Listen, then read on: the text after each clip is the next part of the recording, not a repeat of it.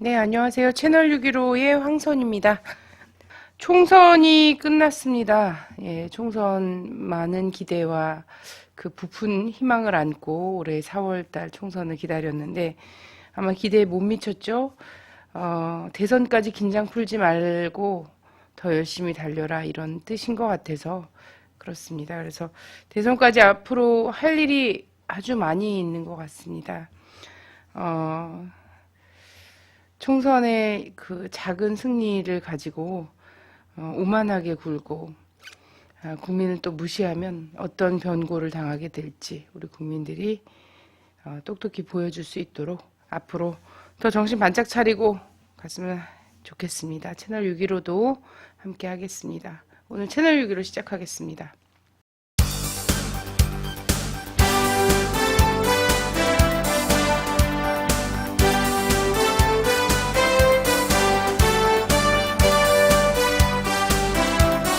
지구 관측위성 광명성 3호가 궤도 진입에 성공하지 못했습니다.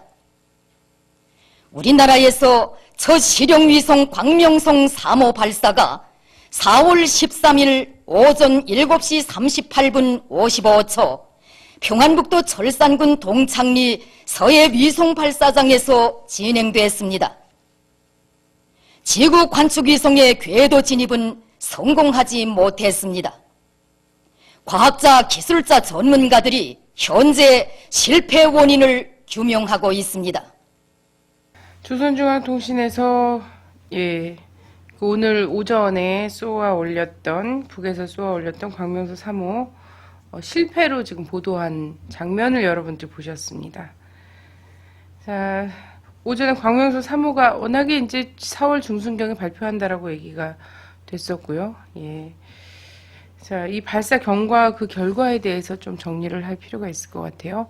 작년 말부터 회자가 되기 시작했는데 작년 말에 그 북한의 서해 위성 발사장, 그러니까 동창리에 있는 위성 발사장이 완공이 됐다. 뭐 이런 이제 소식들이 서방의 이제 정찰 위성을 통해서 이렇게 확인이 됐고, 그래서 저 인공위성 발사장을 완공을 했기 때문에 저기서 이제 조만간 발사를 하지 않겠느냐, 뭔가를 발사하지 않겠느냐 이런 이제 추측들이 나왔습니다. 아니나 다를까 올해 이제 3월 16일 날 북한의 조선우주공간 기술위원회 대변인 담화를 통해서 4월 12일부터 16일 사이에 은하 3호를 통해서 광명성 3호를 발사한다라고 발표를 했습니다. 그리고 서방 세계 미국을 비롯해서 서방 세계에서 여기에 대해서 이제 이 반대 목소리가 나오니까 곧이어서 이 기술 참관단과 기자들에게 공개를 하겠다. 그래서 참관단들이 들어와서 직접 봐도 된다. 이렇게 얘기를 했죠. 그래서 4월 초부터 기자들이 들어가기 시작했어요. 지금 현재 147명의 기자들이 들어가 있는 것으로 그렇게 알려지고 있고요. 8일 날 전격 공개를 했습니다. 그래서 영상들도 많이 나왔죠. 남쪽에서도 이제 볼 수가 있는데 실제 이제 북의 기술자들이 직접 이제 소개를 해주는 인공위성 실물을 갖다 놓고 소개해주고 발사장 모습도 그 발사대에 은하 3호를 세워놓고 그것도 이제 보여주는 그런 이제 장면들도 있었습니다. 그렇게 하고 11일 날 연료 주입을 하기 시작했고, 원래 이제 연료 주입을 하면 이게 보통 이제 하루나 이틀 내에 발사를 하게 됩니다. 왜냐하면 연료 자체가 워낙에 독성이 강하기 때문에 연료를 주입해놓고 오래 방치를 하면 이 연료통이 이제 문제가 발생을 할 수가 있거든요. 그래서 보통 1, 2일 내에 발사를 하기 때문에 11일 날 주입하는 걸 보고 12일 혹은 13일 날 발사하지 않겠느냐라고 생각했는데 역시나 이제 오늘 아침에 발사를 했고요. 정확하게는 오전 7시 38분 55초에 발사를 했다. 이렇게 얘기를 하고 있습니다. 근데 현재 아까 영상 보신 것처럼 실패했다라고 보도가 나왔죠. 그 전에 각국 언론들이 계속해서 이제 실패했다라고 보도를 했는데 그 언론 보도만 가지고는 사실 실패했는지 성공했는지를 확인하기가 좀 어려웠어요. 왜냐하면 레이더에서 사라졌다라는 것과 그다음에 1, 2분 정도 올라가다가 파괴가 됐고 이 잔해들이 떨어졌다 이렇게 이제 20조각 정도의 잔해가 떨어졌다 이렇게 발표를 했는데 이것만 가지고는 원래 그 1단계 로켓이 떨어질 위치에 잔해들이 떨어졌기 때문에 그게 1단계 로켓이 정상적으로 떨어진 건지 아니면 이게 실패를 해서 떨어진 건지 확인을 할 수가 없는 상태였고요. 레이더의 보니까 1, 2분 정도 올라가다가 레이더에 감지가 안 됐다 그랬는데 거기는 원래 그 전리층 대기 때문에 원래 레이더에 감지가 안 되는 곳입니다. 그래서 그거 자체가 좀 이상한 현상은 아니었다 이렇게 좀 보여지고요. 그래서 이 서방 언론의 보도만 가지고는 사실 확인하기가 좀 어려웠는데 북에서 이제 공식 실패했다라고 발표한 걸로 봐서는 실패를 한 것으로 보이고요. 실패의 원인은 아직은 알 수 없을 것 같습니다. 그러니까 이게 올라가다가 폭발한 건지 아니면 올라갔는데 궤도 진입에 실패한 건지 뭐 이거에 대해서는 북에서는 공식적으로는 궤도 진입에 실패했다. 궤도 진입은 성공하지 못하였다. 이렇게만 발표했기 때문에 어떤 원인인지는 뭐 아직 알 수는 없는 그런 상황입니다. 네. 인공위성 발사를 앞두고선 147명의 기자단 해외 외신 기자들이 평양에 들어가 있었고요. 그 안에서 송출한 그 인공위성 발사 관련한 영상이라든지 뉴스가 있지 않습니까? 그래서 이 취재하고 있는 해외 기자들이 보내온 취재 영상을 좀 보시고 이야기를 이어가도록 하겠습니다.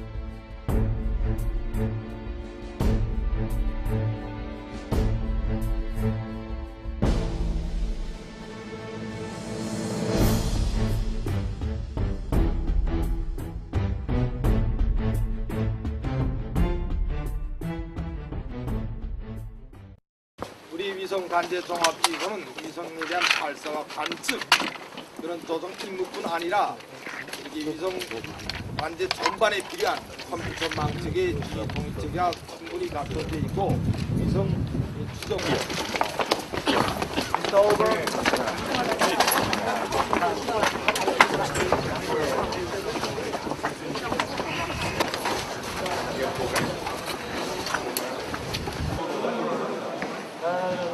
위성을 조종하기 위한 결심을 채택하고 조종을 집행하며 지상국들의 임무 수행 과정, 관측 자료 접수 과정을 전반적으로 조직하고 우리 관제 종합기술은 지금 화면을 통해서 보시는 것처럼 서해 위성 발사장과 실시간적으로 영상, 통신, 지령, 통신, 자료 통신을 원만히 진행하고 있습니다. 광명성 3호가 성과적으로 궤도에 진입한 후 위성 화상자료를 접수 처리해서 인민경제 발전에 절실히 필요한 화상자료를 접수하고 그것을 어제 설명해드린 것처럼 지구환경정보연구소를 비롯한 인민경제 해당 부문에 보내주게 됩니다.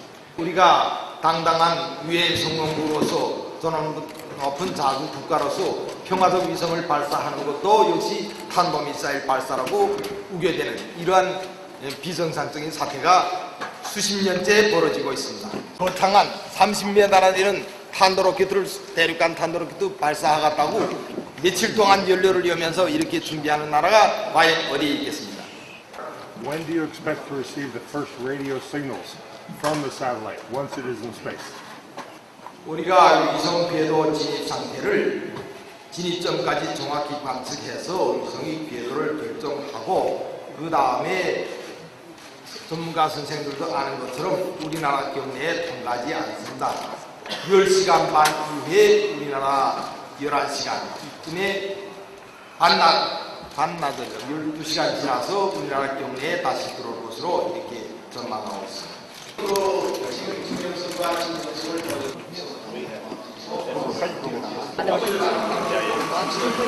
외신 기자들이 들어와서 취재를 한 내용을 보여드렸습니다. 자, 이거 관련해서 주로 어떤 것들이 보도가 돼 왔습니까? 예, 거기 이제 위성연구소의 뭐 부소장을 비롯해서 이제 이 주요 관계자들이 나와서 기자들에게 쭉 상황 이제 설명을 하는 장면들이 많이 나왔는데요.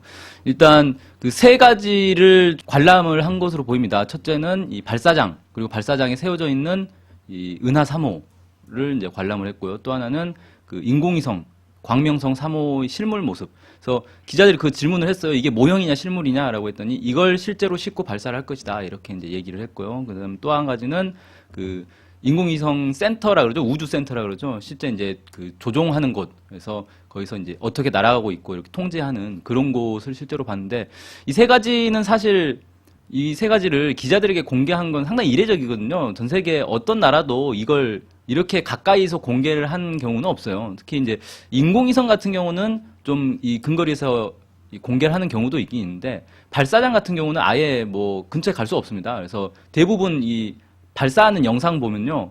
꽤 멀리서 이렇게 망원 렌즈로 이렇게 그 촬영한 그런 이제 장면들만 볼 수 있는데 왜냐하면 이 발사장 기술도 상당히 중요한 고급 기술이다 보니까 이걸 다른 나라에 이제 공개를 되도록이면 하지 않으려고 하는 거죠. 그리고 그 내부 인공위성 센터 내부 모습을 공개하는 건 극히 이례적입니다. 그래서 제가 뭐 이런 걸 공개했다는 얘기는 들어본 적이 없고요. 다른 나라에서 여기 이제 외국 기자들이 대거 몰려와가지고 막 기자재들을 다 만지고 있더라고요. 막 기자들이 그러면서 막 질문하면 질문 답변하고 뭐 이런 모습 봤는데 이 북한이 상당히 이제 이 투명하게 인공위성 발사 과정을 공개하려고 노력했다는 흔적들을 좀 볼 수가 있겠습니다.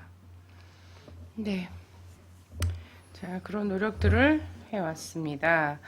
은하 3호의 재원이 공개가 됐다고 하는데요. 어떤 로켓인가요? 예, 일단 그 공개한 바로는 길이가 30m고요. 무게는 92톤. 그리고 이 3단으로 된 로켓이고 추력이 120톤이 나오는 그런 로켓이다. 이렇게 얘기를 했어요. 근데 여기까지만 이제 공개를 했는데 사진을 통해서 놓고 보면 실제로 이제 3단이라는 건 확연히 드러나고요. 이렇게 로켓이 3개가 이어져 있는 걸 볼 수가 있고 길이가 예전에 은하 2호 같은 경우 2009년에 발사했던 은하 2호 같은 경우는 길이를 32m에서 33m로 추정을 했었거든요. 그러니까 이번에 오히려 길이가 좀 줄어든 것 같아요. 그래서 이제 두 가지로 예상해 볼 수 있는데 그때는 길이를 북에서 공식 발표를 안 했고 그냥 다른 주변 경치와 비교를 해서 이제 길이를 추정한 거다 보니까 이게 좀 추정을 잘못했을 수도 있는 거고 또 하나는 실제 길이가 좀 짧아졌을 수가 있다. 근데 문제는 뭐냐면은 이번에 발사하는 인공위성은 실용위성이라고 해서 무게를 100kg이라고 공개를 했어요. 근데 그 이전에 발사했던 광명성 2호 같은 경우는 시험 통신 위성이었고 무게를 공개는 안 했는데 대부분의 전문가들이 20에서 25kg 정도로 추정을 했습니다. 그러니까 무게가 대략 4배에서 5배 정도 늘어난 거죠.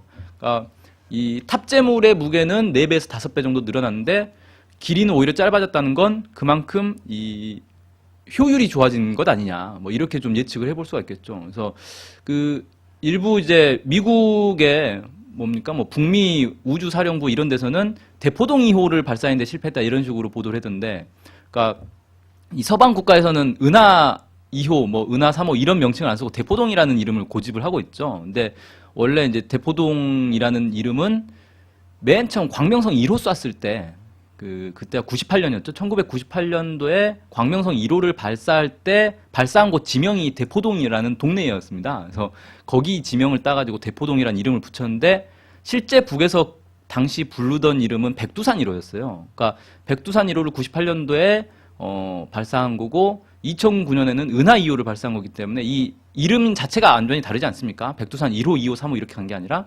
백두산 1호에서 은하 2호로 넘어갔어요. 그러니까 전혀 다른 로켓이라는 거죠. 근데 전혀 다른 로켓인데도 불구하고 그냥 대포동 2호다 이런 식으로 얘기를 하고 이제 있습니다. 서방에서는. 근데 어쨌든 지금 이제 길이는 약간 짧아졌지만 추력은 오히려 더 커진 걸로 정황상 그렇게 이제 보이기 때문에 확실히 은하 2호에서 은하 3호로 간 게 외형에서는 큰 변화는 없지만 내부 구조나 이런 데서 효율을 더 높인 로켓이 아닌가 이렇게 좀 생각이 됩니다. 네. 광명성 3호의 실물도 공개가 됐는데요. 이 실용 위성이 맞습니까? 예. 글쎄 이게 실용 위성인지 아닌지를 구분하는 외형으로 구분하는 기준은 없는데 가짜다. 뭐 이런 얘기들이 속이 텅 있어요. 비었나? 뭐 이렇게 주장하면 정말 그 이제 밑도 끝도 없는 거고요. 광명성 1호의 모습은 그 북에 어떤 그 전시가 돼 있다 그래요. 그러니까 모형이 전시가 돼 있다 그러고 광명성 2호의 모습은 아직까지 공개한 적은 없고 광명성 3호는 실물을 이제 공개한 건데 광명성 1호의 모습은 그냥 둥근 공 모양이었습니다. 둥근 공에 이제 검은색, 흰색 뭐 이런 식의 무늬가 있고 안테나가 좀 달려 있고 이런 모양이었는데 이번에 공개한 광명성 3호는 이 직육면체 모양이었죠. 직육면체 모양이고 옆면에는 태양광 발전판이 이제 전지판이 붙어 있었고요. 이렇게 놓고 보면 이 둥근 모양으로 만든다는 건 뭐냐면은 자세 제어가 필요 없게 만든다는 거거든요. 그러니까 어떤 뭐 빙글빙글 돌든지 뭐 어디를 향하든지 이게 관계없이 그냥 작동하도록 만든다는 건데, 이건 뭐 특별히 이제 뭐 카메라 기능이나 이런 게 없기 때문에 굳이 카메라가 항상 지구를 가리키고 있다거나 이렇게 자세 제어를 할 필요가 없는 거죠. 시험 위성이다 보니까. 그래서 이제 둥글게 만든 것 같고, 이번에 만든 건 이 직육면체로 만들고 거기에 이제 고성능 카메라까지 탑재를 해서 이 지상을 계속 사진을 촬영을 할 목적이었기 때문에 자세 제어를 해야 됩니다. 아무데나 향하면 안 되죠. 항상 지구를 향하도록 만들어야죠. 그래서 그 다음에 이제 태양 전지판을 펴면 태양 전지판이 태양을 또 향하고 있어야 발전이 되기 때문에 그런 이제 여러 가지 고 기능들을 탑재한 그런 이제 위성으로 볼 수 있겠고, 이 정도 기능을 가지고 있으면 실용 위성이라 부르는 게 뭐 전혀 손색이 없다. 한국에서 발사한 여러 이제 인공위성, 한국에서 발사한 게 아니죠. 한국에서 제작한 여러 인공위성들의 모습을 봐도 거의 이제 비슷한 모습이다. 이렇게 볼 수 있겠습니다. 네. 자, 발사 이후에 지금 각국에서 입장들이 막 쭉 나오고 있는데요. 뭐 공식 확인되기 전부터 지금 미국이라든지 일본, 한국 이렇게는 지금 좀 많이 바빴던 것 같아요. 새벽부터. 예, 그렇죠. 예. 유엔 안보리 소집 얘기도 있고요. 네네. 예. 저도 오늘 아침에 일어나서 제가 이제 오늘 금요일인데 금요일 아침 9시마다 이제 블로그에 글을 올립니다. 글을 올리려고 인터넷을 봤더니 느닷없이 그 인공위성 발사 실패라는 뉴스가 이제 속보로 뜨더라고요. 그래서 발사한 적도 없는데 무슨 실패인가 하고 봤더니 아침에 이제 발사를 한 겁니다. 아침에 발사를 했고, 발사하자마자 뭐 난리가 났죠. 일단 그 한국 같은 경우 이명박 정부가 긴급 외교안보 장관 회의를 소집을 하고 뭐 규탄을 했죠. 뭐 책임을 져야 된다. 뭐 도발의 책임을 져라. 뭐 이런 얘기도 했고요.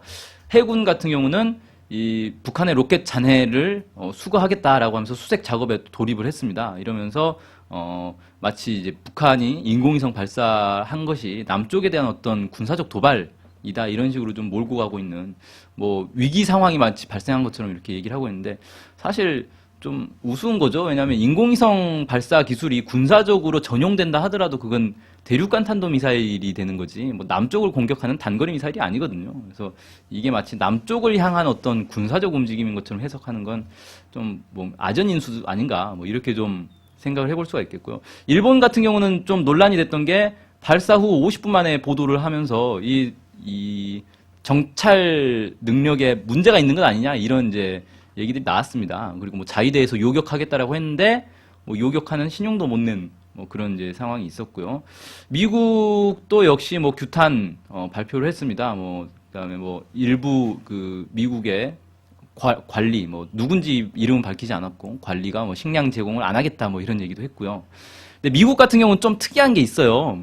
발사하기 어젠가 그젠가 어제였던 걸로 기억하는데, 미국의 그 백악관 대변인이 있습니다. 미국의 백악관 대변인이 북한이 인공위성 발사를 중지해야 된다 이렇게 얘기하면서 인공위성을 발사할 시에 여기에 대해서 대응을 하겠다라고 얘기를 했어요. 그래서 기자들이 대응을 한다는 건 미사일로 요격한다는 거냐, 군사적 대응이 포함된 거냐라고 했더니 구두 대응을 하겠다 이렇게 얘기를 했어요. 그래서 이 무슨 뚱딴지 같은 구두짝을 던진다는 네, 뭐 건가요? 그런 얘기인지요? 구두 대응. 구두 대응이란 말은 말로 하는 대응이라는 건데, 그러니까 북에서 인공위성을 쏘면 규탄을 하겠다, 규탄만 하고 행동은 안 하겠다라는 얘기가 되는 거거든요. 그래서 미국이 말로는 엄청나게 막 세게 얘기를 하고 있는데 실제로는 할 수 있는 게 없다는 걸 스스로도 알고 있는 것 아닌가, 뭐 이렇게 좀 생각이 되고요.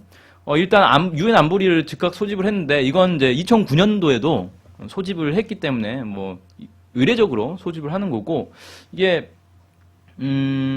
안보리를 소집한다고 해서 실제 할 수 있는 게 있겠는가라는 데 좀 의구심이 있어요. 그러니까 이미 제재는 할 만큼 하고 있는 거기 때문에 추가 제재를 뭐 할 수가 없습니다. 이번엔 뭐 참치캔이라도 제재를 해야 되나요? 뭐 더 이상 제재할 것도 없는 상황인 거고, 거기에 중국이나 러시아 같은 경우는 상당히 소극적으로 나설 게 이제 뻔한데, 특히 중국 같은 경우는 이미 그 지난달부터 해서 계속해서 내온 입장이 뭐냐면, 인공위성 발사와 관련해서 주변국들이 이 위기를 증폭시키는 행위들을 하면 안 된다라고 계속 주장을 했거든요. 심지어는 그 주중 한국 대사를 불러다가 괜히 위기 막 증폭시키지 말아라고 경고까지 했어요. 그러니까 중국 입장에서 괜히 안보리 소집해서 여기서 의장 성명이라도 나오고 이러면 더 상황이 악화되고 의장 성명 나오면 그 다음 수순은 이제 뻔한 거죠. 북한은 뭐 핵실험을 하거나 아니면 아예 뭐 대륙간 탄도미사일 실험을 할 수도 있는 거고 뭐 이런 이제 수순으로 나가는 게 뻔하기 때문에 중국 입장에서는 여기에 동의를 과연 하겠는가 안 할 가능성이 높다. 뭐 이렇게 좀 보여집니다. 그래서 자, 이후 한반도에서는 어떤 상황이 펼쳐질 것인가? 이걸 둘러싸고선요.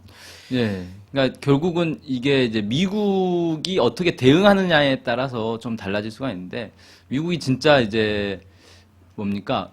2월 29일 날 발표했던 북미 간 고위급 합의를 이행하지 않고 식량 지원 중단을 하고 뭐 이런 식으로 나오면 더 상당히 이제 상태가 악화될 수가 있다고 봅니다. 많은 사람들이 예상하듯이 미국의 약속 이행 중지에 맞서서 북한도 약속 이행을 중지할 건데 약속 이행이라는 건 결국 그 핵 활동에 대한 중단, 그다음에 미사일 발사에 대한 중단 이 약속을 이행하지 않는다는 거죠. 그렇게 되면 이제 핵 활동을 다시 재개하는 거고 미사일 발사 시험 같은 것도 재개할 수 있다. 그래서 북미 간에 군사적으로 더 치열한 이제 대립이 발생할 수 있는데 그렇게 되면 사실 미국 입장에서는 더욱 난처해지고 곤란해지는 거거든요. 이게 실제 뭐 전면전을 하겠다라고 맘먹은 게 아닌 이상은 이런 이제 북에서 더 강력한 어떤 군사적 조치들을 했을 때 미국이 대응할 수 있는 방법이 없는 겁니다. 오히려 더 미국의 처지만 난처해지는 뭐 이런 이제 상황이 되기 때문에 미국이 어떻게 대응할 것이냐가 좀 이제 궁금한데 아까 이제 말씀드린 것처럼 구두 대응을 하겠다라는 말이 참 저는 이제 의미심장하다. 이게 결국은 행동으로는 나서지 않겠다라는 것 아닌가. 그렇게 되면 초반에 뭐 야 한 달 정도는 뭐 이거 가지고 좀 시끄럽게 뭐 이렇게 할 수는 있는데 결국은 뭐 조만간 다시 예전 상황으로 돌아가서 약속 이행을 하는 그런 방향으로 가지 않겠는가. 뭐 이런 이제 생각도 좀 들고요. 이번에 또 어제 공개된 뉴스에 따르면 김계관 제1부상이 그 미국 측의 지금 협상 대표죠. 그 데이비슨에게 편지를 보냈다 그래요. 그래서 인공위성 발사 이후에 그 북미 간의 이제 관계 문제에 대해서 협의를 했으면 좋겠다. 그래서 한번 만나자. 이런 편지를 보냈다 그래요. 근데 미국 측에서는 개인 서한이다, 뭐 중요하지 않다 이렇게 이제 얼버무렸다고 하는데, 그러니까 북한은 계속해서 미국에게 대화를 하자. 인공위성은 인공위성인 거고, 이건 그냥 우리 고유 활동인 거고, 원래 계획된 활동이고, 북미 간에 약속했던 것들을 어떻게 이행할지에 대해서는 계속 논의해야 되는 거 아니냐. 그래서 계속 논의하자 이렇게 대화를 계속 제의하고 있는 거고, 미국도 아마 당장은 뭐 이제 자신들이 뭐 죽이네 살리네 막 해놓은 말들이 있기 때문에 이걸 수습하려면 시간이 좀 걸릴 것 같은데 결국 수습하고 나면 다시 이제 북에 가서 뭐 협상 탁자에 앉게 되지 않겠는가 뭐 이렇게 좀 예상이 되고요. 미국은 이제 이렇게 되는데 문제는 이제 이명박 정부 같은 경우는 옳았구나 뭐 이런 이제 속셈으로 더 이제 미국은 구두로 대응하는데 이명박은 행동으로 대응하는 그런 지금 양상을 좀 보이고 있는데 제 후배 하나가 또 SNS에 이런 글을 남겼더라고요. 요즘은 선거 전에 북풍을 한 게 아니라 선거 후에 북풍하는 거 아니냐. 그러니까 선거 때 워낙 이 문제되는 사건들이 많아가지고 이걸 덮기 위해서 또 북풍을 하는 거 아니냐.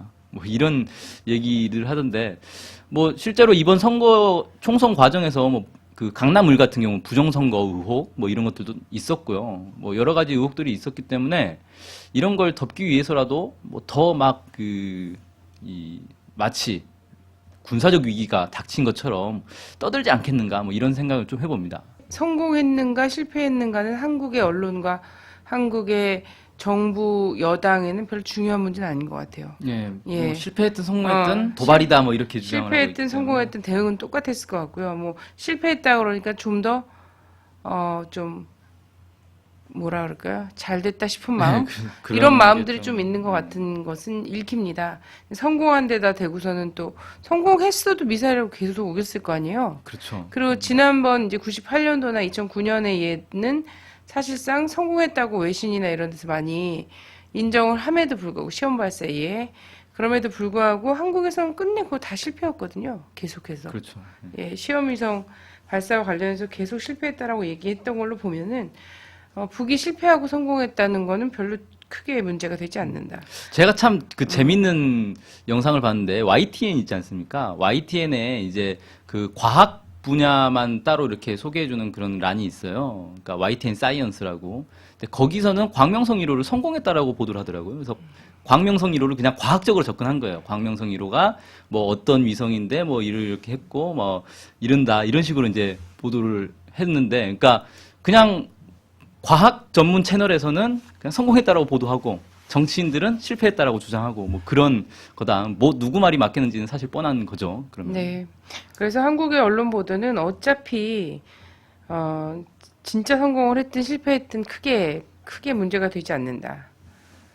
크게 문제가 되지 않는다는 거고, 만약에 성공했다고 하더라도 성공했다는 조선중앙통신의 방송을 바로 내보내더라도 거기에 분명히 북의 주장은 그러하지만 실패한 것으로 보인다라는 다른 전문가, 정치적 전문가의 이런 해석을 달았을 거라는 거예요. 네. 그래서 저는 중요한 것은 실패했냐 성공했냐가 당연히 실질적으로는 더 중요한 문제입니다. 그래서 남북이 다 최근에 이제 남쪽이 나로 관련해서 실패했을 때 실패는 성공의 어머니라고 했나요? 뭐 이런 네. 식으로 얘기를 막 하면서 스스로 많이 위로하고 북돋고 그랬어요. 저도 첫 발사 성공률은 27%밖에 안 된다. 뭐 이런 네네. 이제 주장. 발사 성공률 27%밖에 안 된다 이러면서 다독했어요. 했던 것처럼 북도 아마 북의 그 주민들도 북의 과학자들을 이렇게 다독 하고 있지 않을까 이런 네. 생각을 하고요. 제가 안타까웠던 것처럼 북의 주민들도 안타까워하고 있겠다. 이런 생각을 또 미루어 짐작하고 있는 거고요. 이걸 관련해서 나로가 실패했으니까 북에서 고소하다라고 생각을 했다면 그거는 정말 안 되는 거잖아요. 예, 안 되는 그렇죠. 거고, 예, 사실 동포로서 섭섭한 거고, 또 북에서 또 실패했다고 해서 그거 정말 잘 됐구나 막 깔깔거리면서 이러고 있다면, 그러면 그것 또한 이제 인간적으로 우리 동박이 지국의 한 사람으로서 합당한 그 반응은 아니다 이런 생각이 되고요. 그래서 실패할 수도 있고 성공할 수도 있는데 문제는 실패 성공과 상관없이 이걸 계속 미사일이라고 주장해야 되는 거 있잖아요. 미사일이다라고 주장해야 되는 것. 근데 이 미사일이라는 주장 자체를 스스로 실패를 회설하는 과정에서 허물어 버리고 있다는 거예요. 뭐냐면 궤도 진입을 얘기한다는 거예요. 미사일이 궤도로 진입을 할 이유가 없죠. 그죠? 네. 그래서 저는 이게 사실은 한국 언론들이 큰 그 자기 모순에 빠질 수밖에 없는 거다라는 건데요. 왜 실패했는가? 사실은 궤도는 여기고, 근데 요쯤에서 지금 뭐 터진 것 같다라거나 뭐 이런 얘기들을 하면 이미 미사일이란 대전제 자체가 무너져 버린다는 겁니다. 그죠? 네. 예, 전 이게 지금 엄청나게 이게 자승자박에 걸렸어요. 예, 그 채팅창에 질문 쭉 올라와서 네네. 제가 설명을 좀 드려야 될 것 같은데, 네. 그 은하 3호는 로켓 이름이고요. 광명성 3호는 인공위성 이름입니다. 그러니까 광명성 3호가 은하 3호에 실려서 발사가 되는 거고, 광명성 3호가 400톤이 아니라 광명성 3호는 100kg이라고 공개를 했어요. 그러니까 400톤 어디서 잘못 들으신 것 같고, 인공위성이 400톤이나 나가는 경우는 없습니다. 400톤이면 엄청 로켓보다 더 무거운 건데 그런 경우는 없고, 아마 어디서 좀 잘못 보신 게 아닌가 생각되고, 그 북한에서 발표한 거는 광명성 3호 발사를 실패했다 이렇게 이제 공식적으로 이렇게 표현을 했죠. 네. 그렇습니다. 그래서 요 논리를 좀 잘 보자. 그래서 한국과 미국과 일본 이런 데서는 계속해서 로켓 발사와 미사일 뭐 이런 걸 섞어가면서 얘기하고 미사일이다라는 뉘앙스로 계속해서 이것이 세계 평화에 해가 되는 그리고 주권 국가로서 맞지 않는 일이다라고 주장하고 있는데 실패한 그 과정을 하면서는 인공위성이라는 전제를 깔고 하고 있다라는 거예요. 예, 그래서 이랬다 저는 저랬다. 예. 이런 것을 주의 깊게 볼 필요가 있다. 우리가 읽을 것은 바로 이런 거다라는 거고요. 자, 남북이 이후에는 인공위성도 같이 쏘아 올리고 했으면 좋겠습니다. 자, 북에서 중요한 정치 일정이 있었습니다. 한국에서는 4월 11일 총선이 있었는데요. 북의 입장에서는 북의 국민들로서는 북의 정치 중요한 또 일정은 정치 엄청나게 일정이죠. 중요한 일이었죠. 4월 11일 북에서 당 대표자 대회가 열렸는데요. 이 당 대표자 대회라는 것은 무엇일까요? 예. 그러니까 그 명칭에서 딱 볼 듯이 당을 대표하는 사람들의 회의 뭐 이런 이제 느낌이 드는데요. 그러니까 원래 당에는 가장 이제 큰 가장 상위의 의결 기구가 있습니다. 그걸 당대회라고 북의 이제 당 규약에는 그렇게 나와 있습니다. 그러니까 당대회를 열어야 되는데 당대회를 하려면 이제 당대회 참가 성원들이 상당히 많기 때문에 수시로 열 수가 없어요. 그래서 당대회와 당대회 사이에 당 대표자회를 소집할 수 있게 이렇게 규정을 해놨습니다. 그래서 당대회보다는 더 이제 소수의 인원이 모이는 당 대표자회라는 걸 소집을 하고 당 대표자회에 이 참가할 대표자는 당 중앙위원회에서 이제 규정하는 걸로 이렇게 거기서 이제 선거 절차를 규정해서 당 대표자회에 참석할 대표자들을 선거를 해서 그 사람들이 참석하는 그런 회의고 이렇게 놓고 보면 이제 당대회가 수시로 열릴 수 없기 때문에 사실상 당의 이제 최고 이 의결 기구라고 볼 수 있겠고 당의 최고 의결 기구면 당의 주요 당직들 이 선출하는 문제, 그다음에 당의 노선이나 아니면 강령 규약을 개정하는 문제 이런 것들을 다루는 게 바로 당 대표자회가 당 대표자회다 뭐 이렇게 볼 수 있겠습니다. 그래서 당 규약에도 그 북한의 노동당 규약에도 보면 당 대표자회는 당의 노선과 정책, 전략 전술의 중요한 문제들을 토의 결정하며 당 중앙 지도기관 성원들을 소환하고 보선한다. 그다음에 조선노동당 최고 지도기관을 선거하거나 당 규약을 수정 보충할 수 있다. 이렇게 나와 있습니다. 네. 자, 여기서 이제 김정일 국방위원장을 영원한 당의 총비서로 그리고 김정은 최고사령관 제1비서로 추대했다라는 그 뉴스가 나오고 있어요. 어떤 의미가 있는 거죠? 예. 규약이 개정이 됐습니다. 규약을 개정을 했고요. 그 규약 개정의 전문이 공개됐습니다. 그 세부 내용은 공개가 안 됐고 전문이 공개됐는데 전문 공개 내용 중에서 이제 가장 중요한 게 그전에는 조선노동당을 김일성 동지의 당이다 이렇게 이제 표현을 했는데 이게 수정이 돼서 이 김일성 동지와 김정일 동지의 당이다 이렇게 이제 수정이 됐고요. 그 다음에 또 이제 중요하게 나온 게 이 총비서. 김정일 동지는 조선노동당의 영원한 총비서이시고 이렇게 이제 표현이 들어갔습니다. 그래서 총비서 영원한 총비서로 이제 된 건데 그게 이제 어떤 의미가 있냐면 실제 94년을 또 돌아볼 필요가 있습니다. 그래서 김일성 주석 서거 이후에 북한에서 이 김일성 주석을 영원한 주석으로 이렇게 결정을 했습니다. 그래서 아마 그게 헌법 전문에 들어가는 걸로 알고 있는데 네. 그래서 북의 이제 나름대로 후계자가 선대 수령을 어떻게 모시는가 하는 그런 문제와 직결되는 건데 그런 어떤 이제 하나의 전통이 아닌가, 전통으로 지금 만들어지고 있는 게 아닌가 이렇게 좀 생각이 되고요. 그래서 당의 그 어떤 상징적인 그런 거죠. 그러니까 뭐 적절한 비유인지는 모르겠는데 왜 그 스포츠계에 보면은 아주 위대한 선수가 있으면 은퇴를 하고 나면 영구 결번을 하지 않습니까? 그래서 그 사람의 그 선수 번호는 다른 선수는 이제 안 쓰는 걸로 이렇게 합의를 하는데 그런 것과 비슷한 그래서 이분은 우리 당의 어떤 이 큰 역할을 하신 분이기 때문에 이분은 영원한 어떤 지위를 보장한다. 뭐 이런 이제 성격 뭐 이렇게 이제 북한의 어떤 이 결정이다. 이렇게 좀 볼 수 있겠고 그다음에 이제 김정은 최고사령관이 제1비서가 됐는데 이건 실질적으로 제1비서가 이제 총비서의 역할을 하는 겁니다. 그래서 지위는 제1비서지만 사실상 이제 총비서로서의 역할을 하는 것으로 이렇게 볼 수 있겠고 그러면 그 북한 사회를 이제 움직이기 위해서 세 가지가 이제 중요한데 하나는 이제 이 정부 기관, 그 다음에 이 당 기관, 그 다음에 군대 이렇게 세 가지가 중요한데 지금 이제 군대 같은 경우는 최고사령관이 됐고요. 그 다음에 당 같은 경우는 제1비서가 됐고 그 다음에 오늘 최고인민회의가 있는데 여기서 이제 어떤 결정이 나느냐에 따라서 이 국가 그다음에 당, 이 군대 이 세 분야에서 김정은 이 최고사령관이 아마 실질적인 어떤 이제 국가 영도자로서의 지위에 오르는가 이런 것들이 좀 이제 보이는 그런 이제 내용이다 이렇게 볼 수 있겠습니다. 네. 방금은 최고인민회의 얘기를 하셨는데요. 이게 이제 어쨌든 4월 15일이라는 북이 나름대로 설정해 놓은 목표 지점이잖아요. 최고점.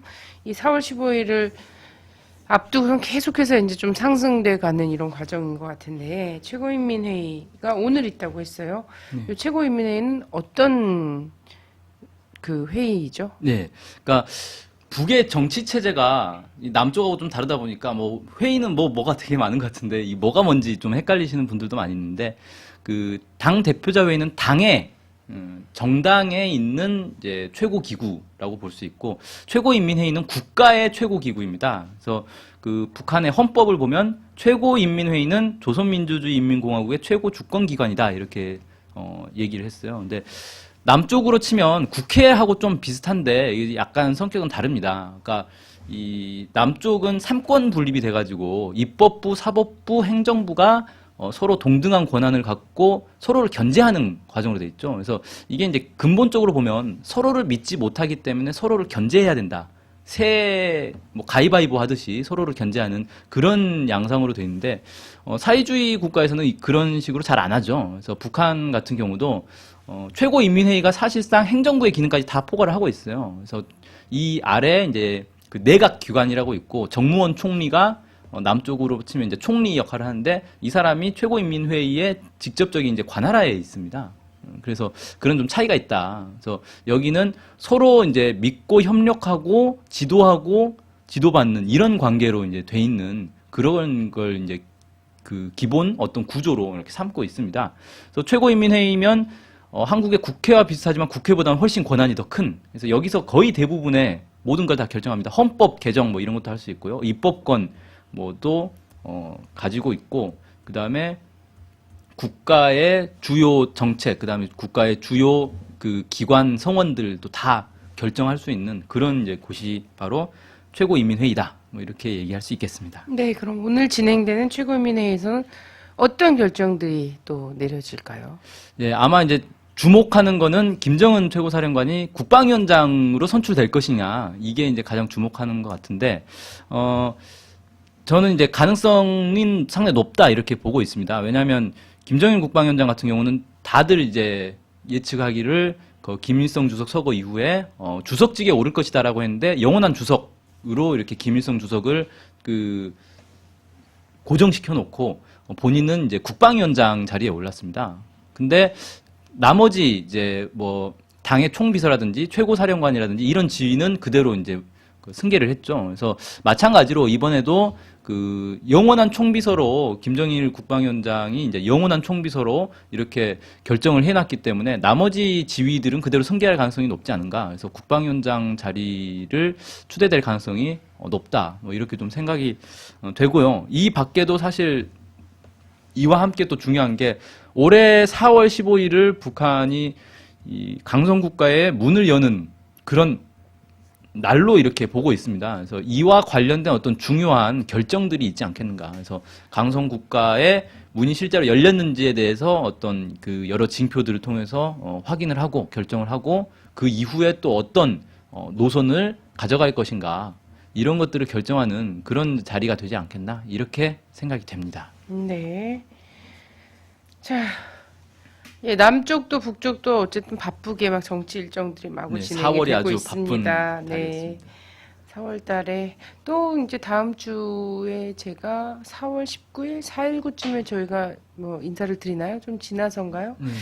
자, 4.19가 있는 주간입니다. 우리 뭐 대학생들도 뭐 마라톤, 4.19 마라톤 이런 네, 것도 그런 뛸 많이 거고요. 하죠. 네. 그리고 4월 19일의 의미에 대해서 좀 많이 돌아볼 것 같은데 올해 이제 총선을 전후해서는 특히나 60년 4월이 많이 떠오르는 것 같아요. 뭐, 예, 여러 가지 의미에서.